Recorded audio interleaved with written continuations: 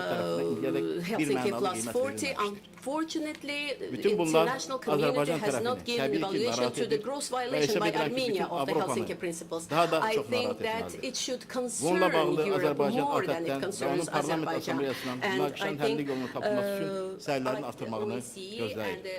Hesab edirəm ki, bu səylər Avropa ərazisində dövlətlərin ərazi bütövlüyünün pozulması ilə bağlı olan bütün münaqişələrə vahid yanaşma üzərində qurularsa, onların səmərə verəcəyini ümid bəsləmək olar. conflicts Yeri in the gelmişken bir məqama existing toxunmaq different parts istəyirəm. of the world.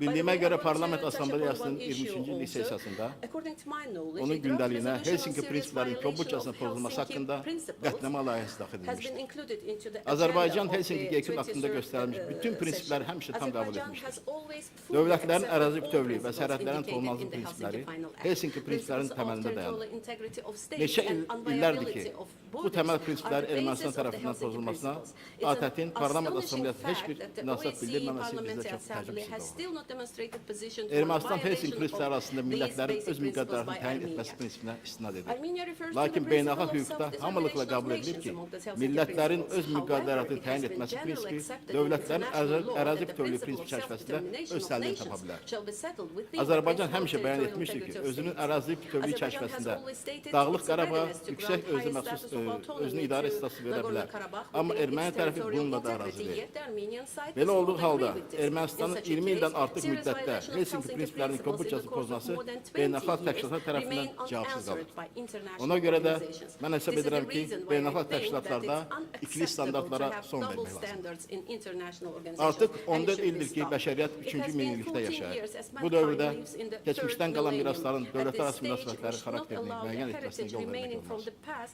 to İnanıram determine ki, the nature of Avropa interstate ərazisi relations. münaqişələrdən I believe təmizlənməsi, that cleaning the territory sülh və of Europe təhlükəsizlik from bərqərar conflict edilməsi, and establishment burada of yaşayan peace bütün and xalqların security would mənafələrinə meet interests cavab of verə all bilər. nations living Sözümün here. sonunda icazə verin, In the end, Azərbaycan Respublikası Milli Məclisi Allow adından me on sizi bir behalf daha of the salamlayım Milli Məclis və of the bir Republic arzumu of da çatdırırım. Azerbaijan to Mən welcome you ATƏT-ə once again. güclü və ədalətli And, olmaq arzuyum. Sağ olun. I wish OSCE to be strong and to have strong justice. Thank you.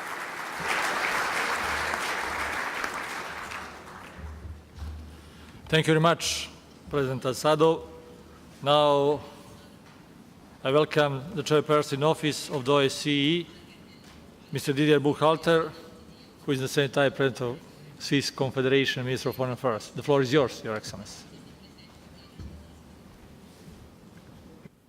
Dear Presidents, ladies and gentlemen, and dear friends from all over the OSCE area, I have a lot of things to tell you, but first of all, I would like to thank you for the invitation to Baku and for the opportunity to give an opening address.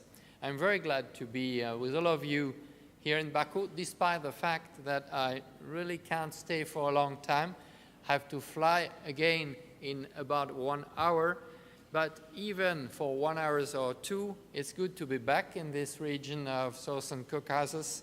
Just a few weeks ago, I paid a chair-in-office visit to Azerbaijan, to Georgia, and to Armenia. Such a great region that could have a very good future if it avoids conflicts.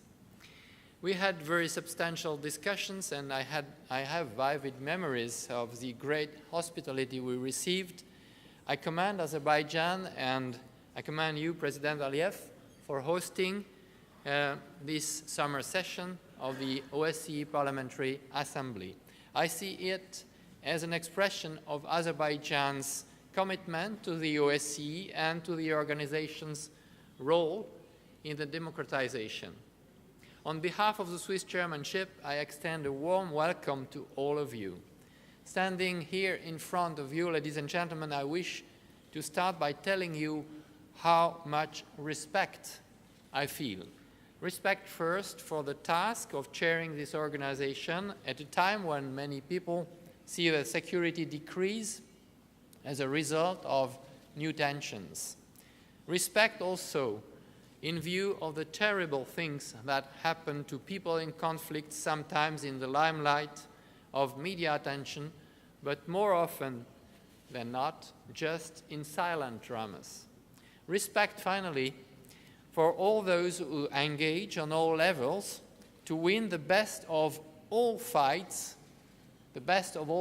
namely the fights for freedom, the fight for security, and the fight for peace.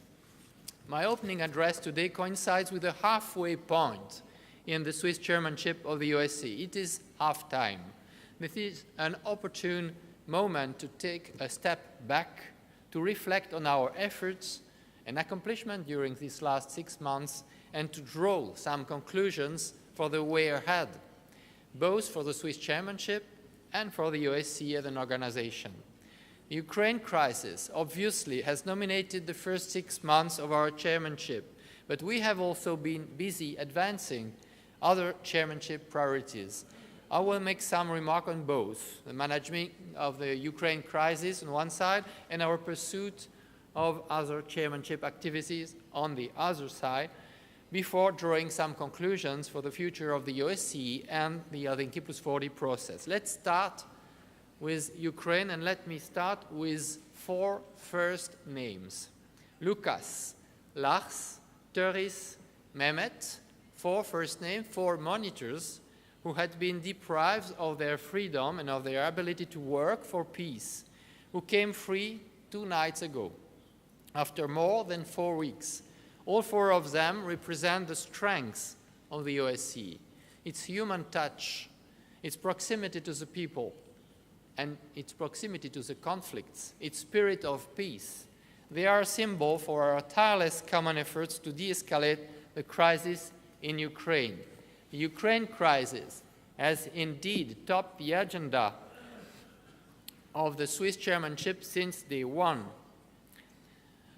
This is partly because the OSCE as a security organization has been directly affected by the development regarding Ukraine. OSCE principles, as defined in the Helsinki Final Act, have been put into question. These principles include, actually, respect for territorial integrity, the inviolability of the borders, respect for human rights as well, and the peaceful settlement of disputes. But there is a second reason why the Ukraine crisis has dominated the first half of our chairmanship. The OSCE has been able to demonstrate its ability to assist Ukraine in overcoming this crisis. The OSCE has proven valuable in 2 major ways. First, it is an inclusive platform for dialogue. The OSCE is no party to the Ukraine crisis. It is the only regional organization that brings together all major stakeholders in the crisis to discuss the differences and try to define cooperative solutions. The OSCE serves as a bridge in a European security context currently marked by polarization and the risk of estrangement. Second, the OSCE can deliver on the ground. It is an impartial, it is a credible actor for stability in Ukraine. The OSCE has managed to make full use of the tools at its disposal. There is the special monitoring mission. There have been visits and reports by the High Commissioner on National Minorities and by the representative on freedom of the media. There has been the Human Rights Assessment Mission by the Office of Democratic Institutions and Human Rights and by the High Commissioner on National Minorities. And there was the election observation by the ODIHR and by you, by the Parliamentary Assembly. And the chairmanship has come up with a broad range of activities too. This includes ongoing high-level consultation with all sides, the nomination of a personal representative, and of other high-level representatives for special tasks, and almost 50 chair-in-office statements on the Ukraine crisis, and we have also proposed a roadmap, an operational one on de-escalating the situation, which helped provide a conducive environment for the early presidential elections at the end of May. At the heart of the OSCE engagement in Ukraine today lies a special monitoring mission.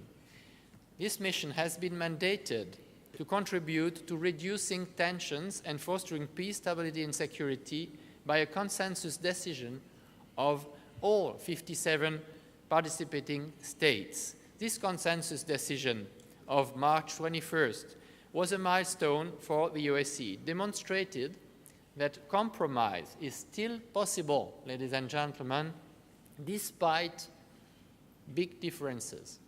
And it entrusted the OSCE with a major role in stabilizing the situation in Ukraine. Today, there are more than 220 civilian monitors providing verified information on the security situation and on specific incidents.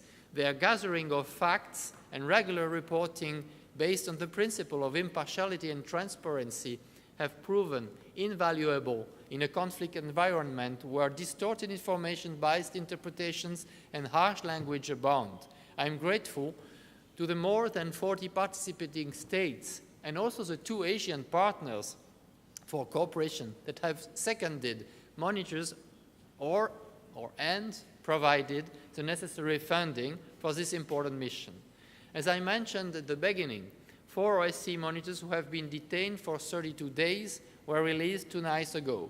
I'm grateful to everyone who contributed to this positive development. But despite the fact that there is movement in the last hours, I wish to recall that 4 other monitors are still not free. Taking hostages is unacceptable. It is illegal. It sabotages the ongoing international efforts to overcome the crisis, and I call again for their speedy and unconditional release. The peace plan presented by Ukrainian President Poroshenko may bring further tasks for the OSCE and the SMM.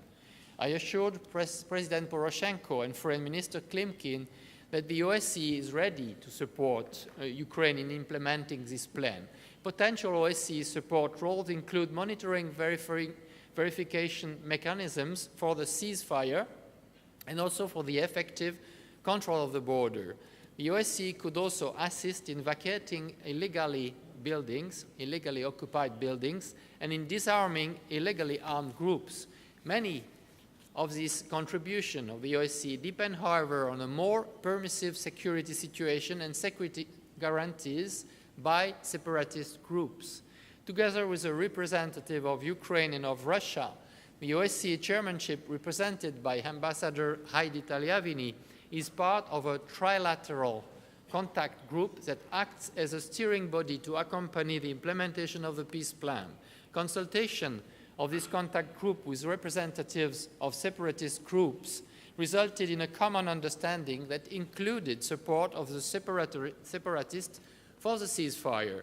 I welcome President Poroshenko's decision to extend this ceasefire. All possible efforts must now be undertaken to turn the ceasefire into a durable cessation of violence and to advance toward the launch of a political process to peacefully settle the crisis.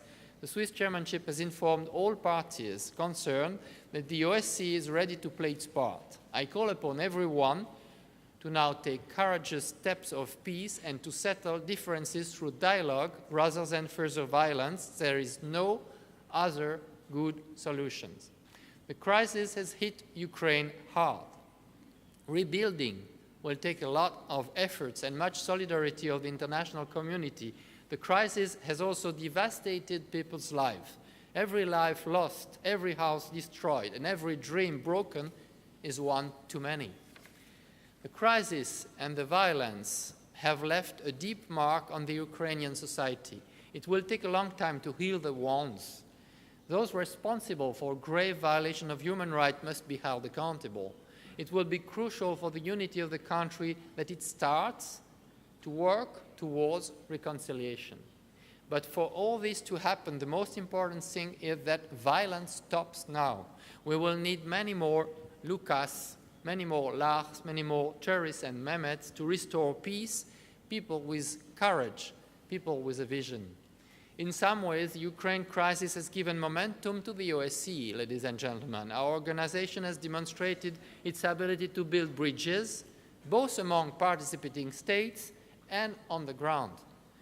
After years of limited interest, let's say like that, in the OSCE in many capitals, there is growing recognition of how important such an anchor of cooperative security is for European security for us all. Can this OSCE momentum be transformed into durable positive dynamics for the organization? This will partly depend on the future course of events concerning this Ukraine crisis. If the OSCE can contribute to a sustainable de-escalation of the situation, both through dialogue and through common action, the prospect of revitalizing it will no doubt augment. But let us be clear. The Ukraine crisis continues to confront the OSCE with major challenges that can easily put the momentum into question. While there is common action on the ground, participating states remain divided about the causes and the preferred outcome of the crisis. Differences over strategic issues that had weakened European security well before the crisis have exacerbated as a result of recent events, and the erosion of trust that we have observed over a number of years has no doubt accelerated. All this suggests a mixed, balanced sheet. There is momentum, but it is momentum with a question mark. In order to keep it alive, we need to take a broad approach. We obviously will continue our efforts to a peaceful settlement of the Ukraine crisis, but we must also seek to preserve and advance cooperation in other OSCE issues, limiting negative spillovers from the Ukraine dossier to the OSCE other matters and seizing opportunities for strengthening cooperation instead are important tasks of the Swiss chairmanship. In this context, let me draw your attention to a recent study on national threat perception in the OSCE area that was produced by the OSCE Academic Network. This study maintains that while perception of external threats partly diverge in the OSCE area, perception of domestic and transnational threats largely converge. What the study essentially says is this: for all the differences over Ukraine and some other issues of European security, our countries still share many common threats and interests. This provides a good basis for cooperation. And the Swiss chairmanship is inspired by this sort of thinking. There is scope for cooperation and there is need for cooperation. From cooperation comes trust and confidence, and building confidence and security through cooperation has been the essence of this organization for almost 40 years now. We should make the most of it. We should do so not just for the security of states, but also for our people. We are here by the people and for the people. We should have a genuine dialogue on those issues on which we disagree, and we should seek to advance cooperation wherever common ground exists. The future of European security and of the OSCE also depends on willingness to continue cooperating despite differences on some strategic questions. This brings me to the question, ladies and gentlemen, of where we are at halftime in terms of implementing the Swiss chairmanship priorities. Where are we? As we can see on the tableau of Swiss priorities that was distributed to you, we are pursuing three objectives. First, to promote security and stability. Second, to improve people's living conditions. And third, to strengthen the OSCE capacity to act. I do not have the time to brief you in details on our activities in all priority issues, but let me make a few observations. First of all, there have been a lot of meetings, not only high-level and political ones, but also very direct, very personal ones, with young, with old persons, with old people who have suffered from war, have lost a lot, have been displaced. I consider these personal meetings during this year as chair a privilege. Our efforts to promote reconciliation and regional cooperation in the Western Balkans have met with a constructive response. During a chair-in-office visit to Serbia, Kosovo, and Albania, we discussed possible ways forward. My special representative, in close collaboration with the OSCE mission in Kosovo, has contributed to the normalization of relations between Belgrade and Pristina and is actively promoting the implementation of the agreement between the parties. We are planning a high-level regional conference to promote regional cooperation on migration in the second half of 2014 and are working closely with Serbia as the upcoming chair. As mentioned, I also traveled to the South Caucasus, where the Swiss chairmanship seeks to promote dialogue and confidence building.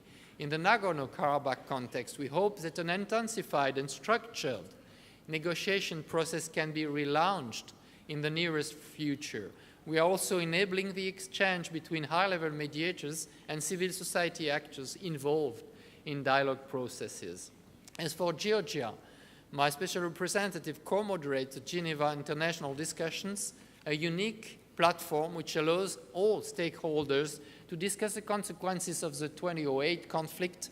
During my visit to Georgia, we also discussed the possibility of an enhanced engagement of the OSCE. I had the opportunity to meet the participants of the Incident Prevention and Response Mechanism in Ernieti at the administrative boundary line. This mechanism has proven to be an indispensable instrument for pragmatic cooperation across dividing lines. The political military dimension of the OSCE is clearly the one that is most affected by the Ukraine crisis. In these circumstances, adapting the Vienna document, ladies and gentlemen, on military transparency and confidence-building measures to the military environment of the 21st century continues to be a challenge. Still, we will keep pursuing this issue, not least because the Ukraine crisis has made evident how essential it is with regard to improving people's lives. The Swiss chairmanship has actively promoted the implementation of commitment of the human dimension.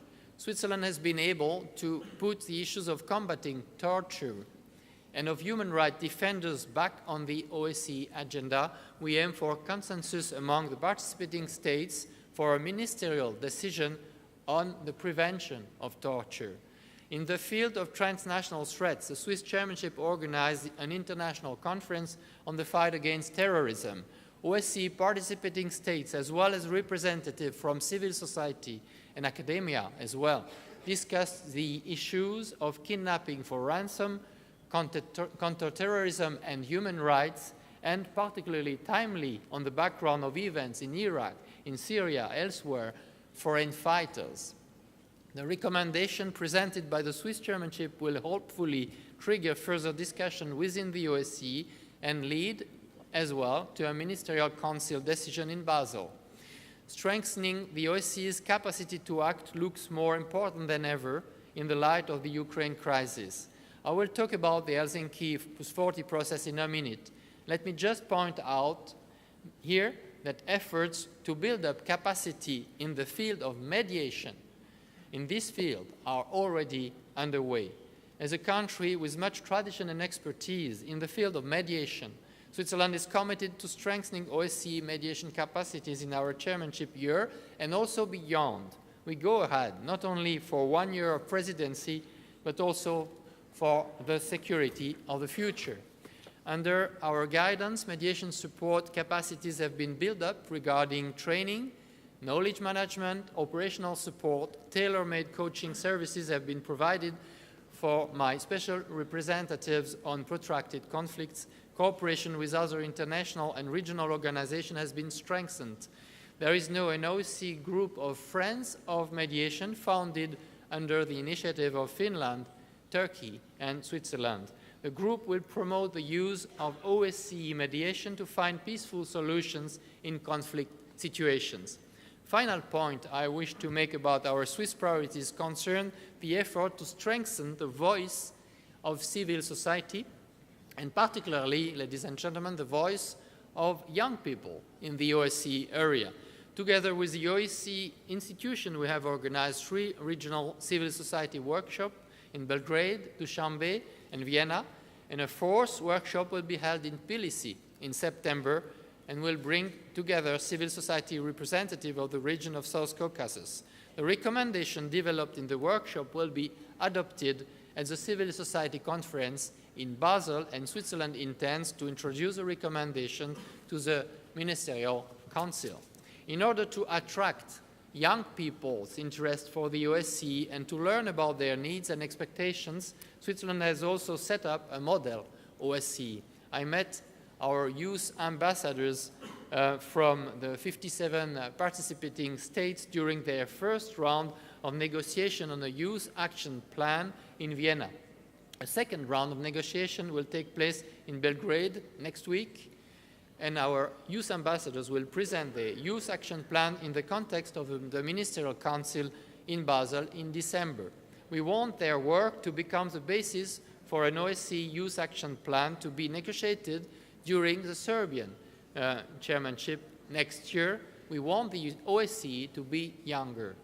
The bottom line of this brief overview of our chairmanship activities is this: the Ukraine crisis, ladies and gentlemen, has clearly had an impact on some of the Swiss priority issues, but while uncertainties as to what can be accomplished have grown, opportunities remain.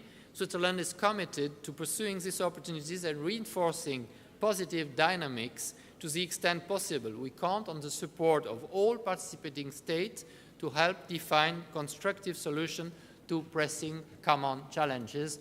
We count on all of you. Ladies and gentlemen, let me now give you my take of Helsinki Plus 40.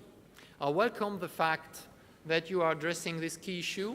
I'm also glad to see that the Parliamentary Assembly has defined a broad-based and structured process with high-level meetings with parliamentarians and experts from distinguished think tanks and academic institutions on the question of OSCE reform. We will follow this process with great interest, and we will look forward to hearing about the outcome of your deliberation. There is an Helsinki Plus 40 roadmap structuring current work in Vienna on OSCE reform. It defines 8 thematic clusters. 1 coordinator per cluster was designated to move the process forward. The roadmap's objective is to push the reform process based on relevant topics such as the conflict cycle, transnational threats, and the human dimension, and to put forward specific proposals on how to improve the organization in the respective thematic areas. Many of these discussions have proven challenging in the face of the Ukraine crisis, and progress has been slow, ladies and gentlemen. But the Helsinki Plus 40 process is now more needed than ever. It must be continued if we really want to have more security for our people in the future. The Ukraine crisis gives, however, occasion to reconsider what it is that we seek to accomplish with Helsinki Plus 40. Reforming the OSCE and adapting the organization to the security needs of the 21st century no doubt remain important. But Helsinki Plus 40 should be more than that. I see Helsinki Plus 40 as a two-track process. First, it is about strengthening this organization, strengthening the OSCE. This requires more capacities and also more trust. The OSCE has demonstrated its conflict management capability during the Ukraine crisis. Its expertise and the operational capacities in mediation and conflict prevention should be further strengthened and extended. We require institutions that are able to fully put in place the potential available to them. We also need to put greater emphasis on conflict prevention. In this regard, our OSCE missions in the field missions play a vital role in terms of early warning. These capabilities need to be strengthened. Capacity can also be enhanced through effective institutional cooperation. I'm thinking of effective partnerships with other international organizations. For example, the OSCE and the Council of Europe organized a conference on trafficking in human beings this February. I would welcome the possibility to join CARIAT activities with the current chair of the Council of Europe, Azerbaijan. I'm also thinking of constructive exchanges between the governmental side of the OSCE and the Parliamentary Assembly. Addressing you here is important for me as CEO, as chairperson in office, and the Swiss chairmanship looks forward to hosting you in Geneva in early October. The benefits of cooperation have also been shown in relation between the Parliamentary Assembly and the Office for Democratic Institutions and Human Rights. Their effective common endeavor in observing the presidential elections in Ukraine is a case in point. As to the need for rebuilding trust to strengthen the OSCE, we will need to find a way to recommit to the fundamental value and principle of the Helsinki Final Act. This will take some time and require a genuine debate on why the consensus on European security has eroded over past years and on why we have come to perceive some threats differently. The second track of Helsinki Plus 40 is about using this process as a starting point, not an ending one, a starting point for a discussion on the future of European security. The Helsinki Plus 40 process is focusing on the vision of a security community as set out in the Astana Declaration of 2010. Against the background of the Ukraine crisis, the fleshing out of this vision is ever more complex. The Ukraine crisis points to the need to readdress basic issues of European security, such as conventional arms control. We must also take another look at Europe's security architecture. I am convinced that the OSCE, an inclusive platform of 57 participating states, is the right kind of hub for these debates. Now that association agreements, ladies and gentlemen, between the EU and Ukraine, Georgia, and Moldova have been signed, Europe's trade architectures is also something we must look into. We should do everything possible to enable these countries to act as trade bridges and not to act as trade frontiers.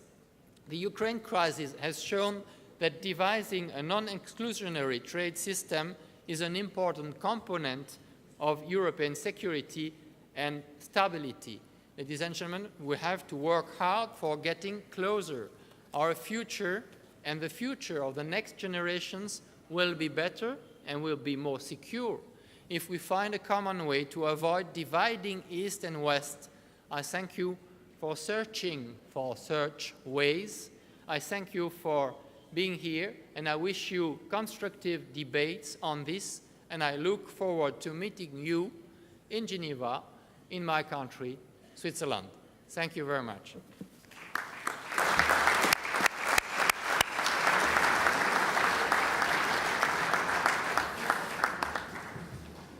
Thank you very much, President Buchhalter. Now we have time just for the few questions, as you promised. Just 2 or 3. Congressman Smith is first one. Please. Yes, the floor is yours. Yeah, Congressman Smith.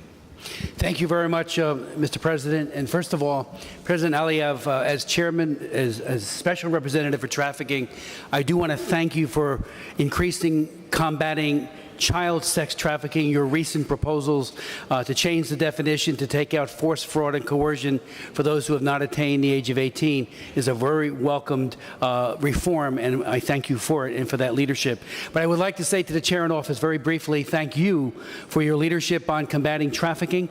I would just add to the mix if I could. I just returned 3 weeks ago from another 4 days in Nigeria, obviously raising the issue of Boko Haram. We know that Shekau, the leader of Boko Haram, after he arrested and kidnapped, not arrested, but kidnapped the Chibok schoolgirls, has threatened to sell them as commodities to obviously sell them either to other Africans in the adjacent area or perhaps even into Europe. I can tell you, because I've been to Nigeria many times and many African countries, there is a pipeline, especially to Europe, for these trafficked girls coming out of Lagos, Benin City, and elsewhere. And I've actually met some of the lucky ones in Rome who are able to escape this kind of mistreatment. My question to you is, I know that you are doing all you can within the action plan that was approved most recently, but I would hope, especially since Europol said that the Nigerian mafia is among the worst in Europe, and the selling and the commodification of women is one of their prime. It's not just drugs, it's women. If you could assure us that we will do everything we can to partner with countries of origination, like Nigeria, where these girls are being sold. They get here, they spend 5, 6 years on the streets, they often get HIV/AIDS, and so many of them die. It seems to me that that partnership needs to extend not just to countries of the OSCE, but to reach out to countries of origination like Nigeria. If you could maybe comment. Thank you very much, Congressman Smith. Please, the floor is yours. Thank you very much. First of all, I would like to commend you for your interest to these subjects. I know that you have done a lot during all your life about this these very difficult and tragic issues of trafficking of human beings. So thank you for the question, and thank you for your job during these last years about that. I share your views about the importance, first of all, generally speaking, of broadening the OSCE. I mean, having partnerships and enlarging this partnership in the fields where we have a mandate or a common interest to ensure and enhance our security, our common security. And this is really the fact that in the issues of trafficking of human beings and also of counterterrorism, you have in that point two priorities of the Swiss chairmanship, but not only of the Swiss chairmanship, I mean of all our community. And if we have to get better results in the future on these subjects, then you're right, we have to enlarge and make very concrete our partnership with the origins of those problems. And therefore I can assure you that we are aware of what you said and that we will move ahead in the same direction as you. Thank you very much. The next question, Vice President Isabel Pozuelo. Isabel, please. Gracias, presidente. Muchas gracias al presidente en ejercicio por el informe. Muchas gracias al presidente en ejercicio por el informe sobre el primer semestre de su mandato que nos ha presentado. Ha sido un informe amplio, exhaustivo y muy interesante en muchos aspectos, pero sobre todo, lógicamente, en lo que se refiere a la crisis en Ucrania. Recuerdo que en la reunión de la ministerial de Kiev, en el pasado mes de diciembre, todavía teníamos la esperanza de que la crisis, el conflicto que acababa de surgir en octubre-noviembre en Ucrania pudiera desarrollarse y desenvolverse en buen término sin llegar a la situación a la que se llegó. Los acontecimientos se precipitaron y, como muy bien usted nos ha planteado, necesitaron de manera inmediata de una actuación de la organización, de la OSCE, que de nuevo repunta como líder a la hora de resolver, como organización líder a la hora de resolver los conflictos y como instrumento fundamental del diálogo entre toda la comunidad internacional. Buena prueba de ello es la buena labor que se está desarrollando, sobre todo desde el primer momento, pero actualmente, una vez que el presidente Poroshenko lanza el plan de paz, que Rusia admite entrar en esta negociación y admite también el alto el fuego por parte en las provincias del este, se ha abierto un nuevo campo de diálogo, de negociación, de concordia, que esperemos que vaya a buen término. A mí me gustaría conocer un poco más directamente su opinión sobre esas posibilidades, si podemos ser optimistas, si cree que esto puede avanzar en buen término, si el alto el fuego se podrá mantener el tiempo suficiente para dar pie a que estas conversaciones, este diálogo y esta negociación termine favorablemente, y si, en su opinión como presidente en ejercicio, piensa que cuando lleguemos a Suiza en la próxima ministerial podremos pensar o hablar de que el conflicto no es que esté en vía de resolución, sino que prácticamente esté resuelto. Muchas gracias, presidente. Thank you, Isabel. Mr. President. Thank you very much. It's a very dangerous question. Because in this issue, I can say it very directly and personally. I did not feel in January, February, March, and April any optimism. I was also pessimistic. I was always pessimistic, and it is not normal with me. Normally, I am an optimistic man. But in this issue, I was not, because I did not feel a real political will to harmonize or to find a way to work together for a solution. And after the elections, after the efforts of the operational roadmap with dialogue starting in Ukraine, national dialogue on national unity, and after the efforts of preparing and making possible the elections in May, I felt some more optimism. I felt that there was a possibility. Therefore, you are completely right in saying that there is a new area of dialogue now, or of peace chances now, after the elections and the peace plan of President Poroshenko. At the same time, the situation is really very, very fragile. And a ceasefire, that is what we wanted in our operational roadmap as well. But this ceasefire is decided, but is not respected, first of all. That is not really astonishing, because there must be some difficulties in such a situation. But this ceasefire is not really respected, and at the same time, it's a very short period of time. In this period of time, we have to move very quickly to the start of a process, of a political process, allowing having a dialogue between Kiev and the eastern part of Ukraine.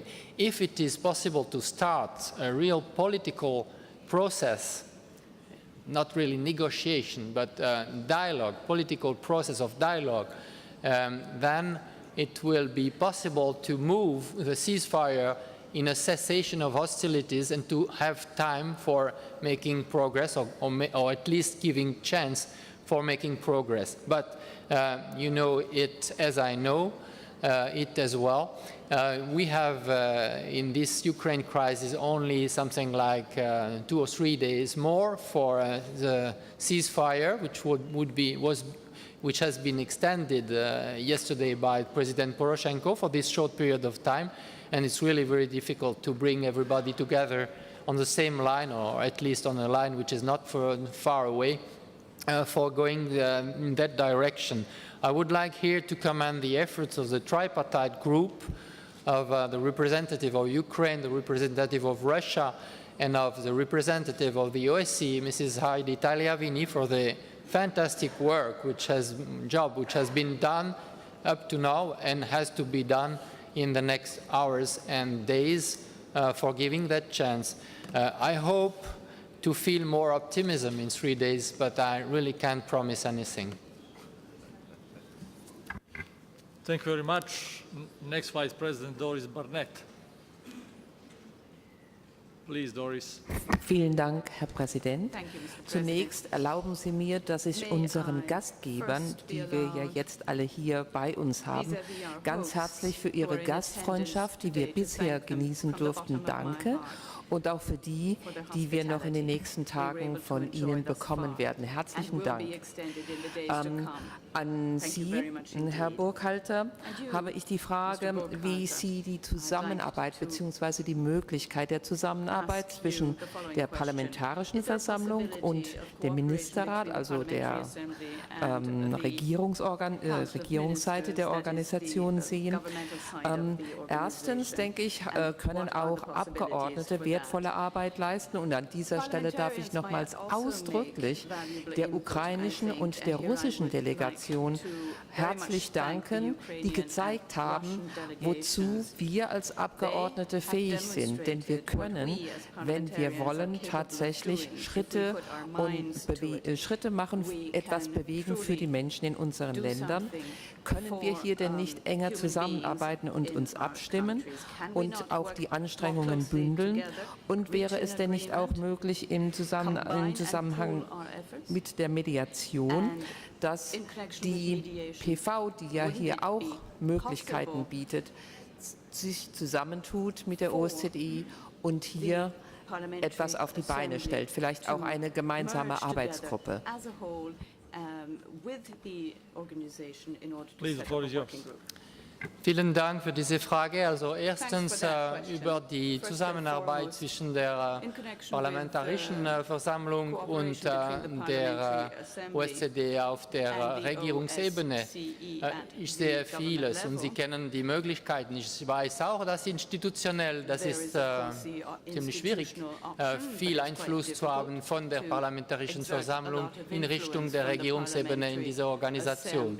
Aber es gibt schon vieles. Es gibt zum Beispiel sehr viel auf der Vertrauensebene, auf der Ebene der guten Ideen und auf der Ebene der Kooperation auf dem Grund. So, erstens Vertrauen. Ich glaube, es ist sehr wichtig, dass es irgendwie eine OSZE-Familie gibt und darin gehört die Parlamentarische Versammlung und das ist sehr wichtig, dass in den schwierigsten Dossiers und Zeiten man fühlt dieses Gefühl von diese echte gemeinsame Wille zusammenzuarbeiten. Das können Sie durch Resolutionen, durch klare Zeichen, durch klare Meinungen auch während einer solchen parlamentarischen Versammlung klar aussprechen. Zweitens die guten Ideen, da sind wir immer interessiert. Es gibt sehr viele in diesen Prioritäten, zum Beispiel der Schweizer Präsidentschaft, es gibt sehr viele Punkte, wo die Blockaden groß sind. Und dafür oder dagegen, gegen diese Blockaden, ist es sicher nützlich, dass die Parlamentarier mit den verschiedenen Diskussionen, die sie haben mit der Zivilgesellschaft und auch mit der Akademie, etwas bringen in der Debatte und vielleicht auch Lösungen für die Deblockaden.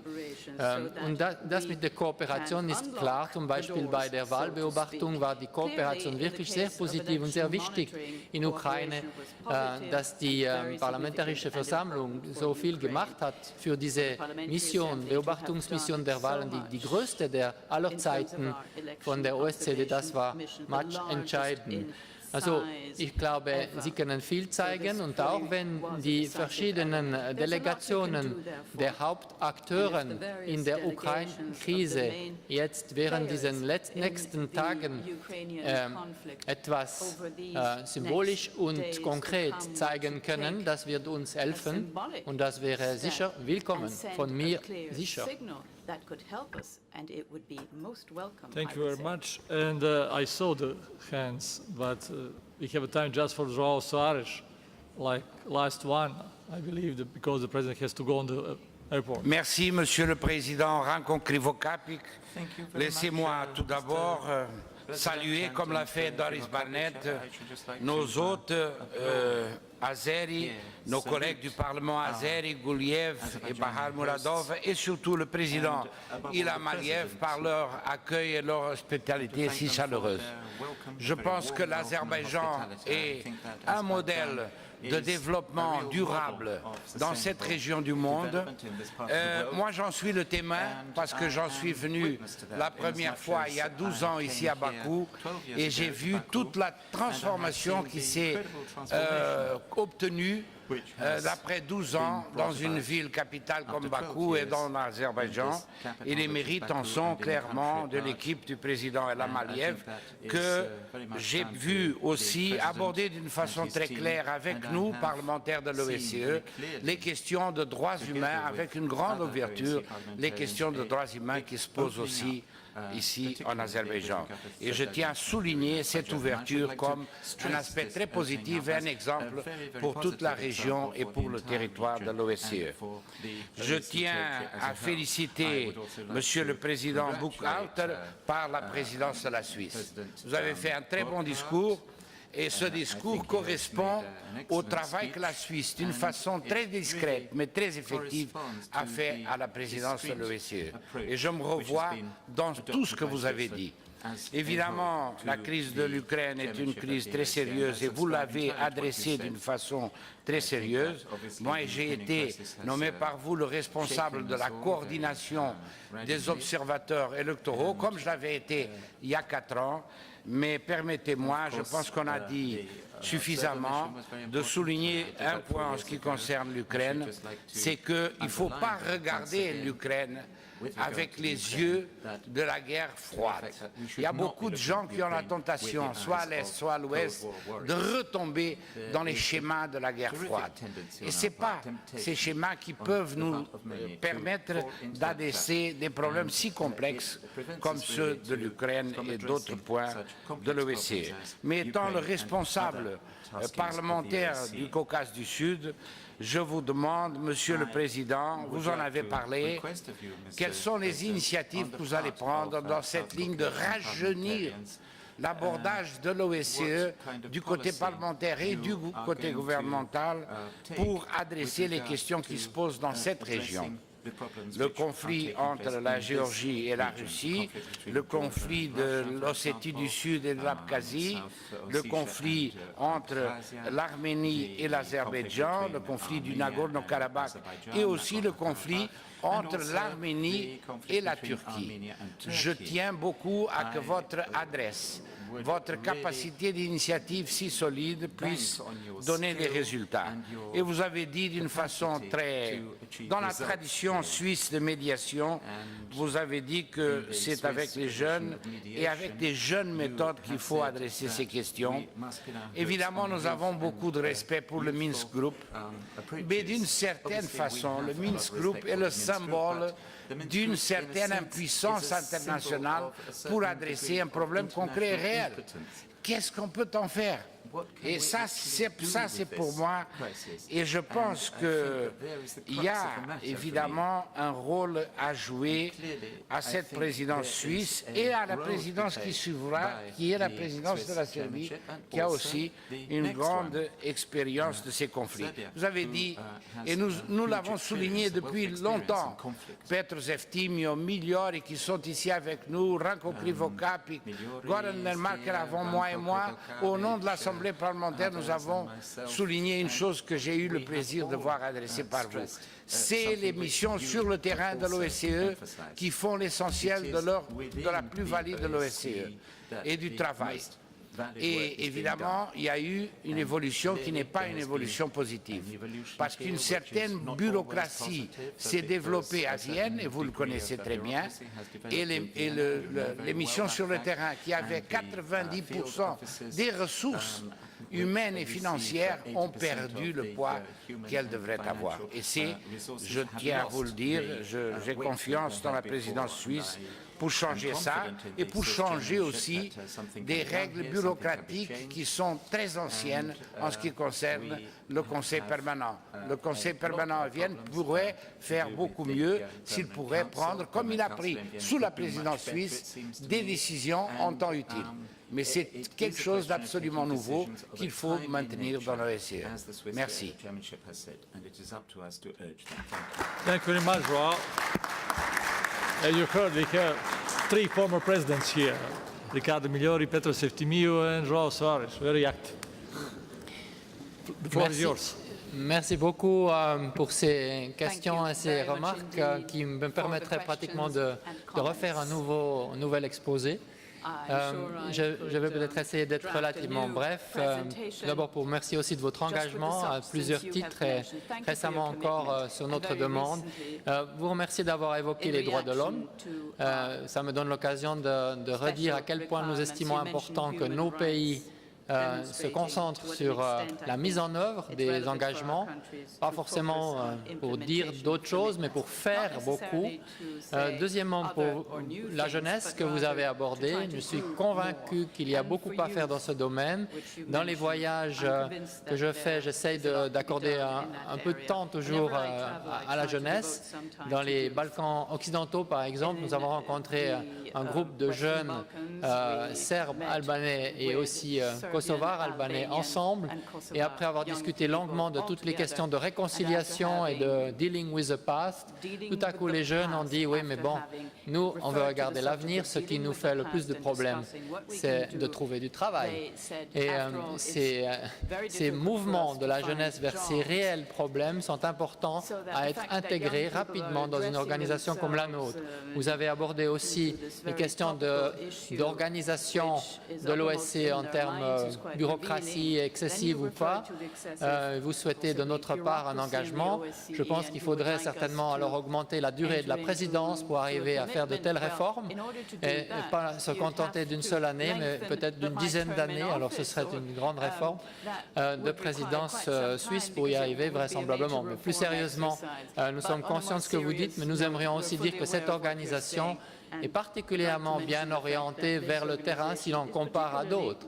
Et c'est même une de ses grandes forces et nous en sommes convaincus, il faut continuer de cultiver cette force. Concernant les différentes actions dans le Caucase, pour ce qui concerne la Géorgie en particulier, nous souhaitons que le mécanisme de prévention des incidents qui existe à Hernieti soit vraiment maintenu. On aimerait le développer également ou le réouvrir du côté de l'Abkhazie. Nous aimerions aussi, et nous l'avons discuté avec les différents acteurs, augmenter la présence de l'OSCE, le schéma qui a le plus de chances ou peut-être qui est le moins irréaliste, ce serait des équipes mobiles partant d'une base qui serait vraisemblablement Vienne pour avoir une présence de l'OSCE qui se développe et de manière générale nous poussons à des contacts aussi forts que possible entre la Russie et la Géorgie. Nous avons en tant que Suisse cette fois et non pas en tant que présidence de l'OSCE le mandat de représentation des intérêts de la Géorgie en Russie et de la Russie en Géorgie. Nous sommes convaincus que des contacts directs sont les plus importants aussi. Concernant le conflit du Nagorno-Karabakh, la présidence suisse de l'OSCE est convaincue que la prochaine étape devrait réellement être une rencontre à nouveau entre les deux présidents, le président de l'Azerbaïdjan qui est ici et le président de l'Arménie, pour essayer de faire un nouveau départ, qui serait un départ vers un processus de négociation structuré visant à un processus de paix.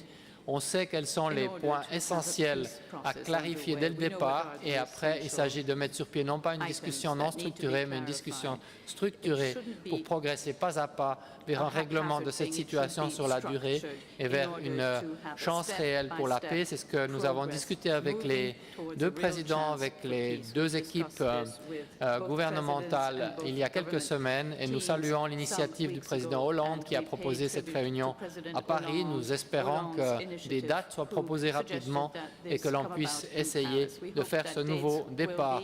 Concernant l'Arménie et la Turquie, c'est un sujet qui concerne moins l'OSCE que la Suisse qui est à disposition, qui était à disposition à l'époque et qui l'a fait pour essayer d'apporter une médiation dans cette difficile question. Nous sommes toujours à disposition si les parties le souhaitent pour essayer de poursuivre sur cette lancée. Voilà, de manière générale, pour terminer sur l'OSCE et pas sur la Suisse elle-même, j'aimerais insister sur l'importance que nous estimons très très grande de cette organisation en termes de médiation et vous demander de faire tout ce qu'il faut pour que les gouvernements des 57 pays soient clairement conscients de l'importance de soutenir les moyens de l'organisation en termes de médiation à tous les cycles, à tous les stades des conflits potentiels à prévenir ou à gérer.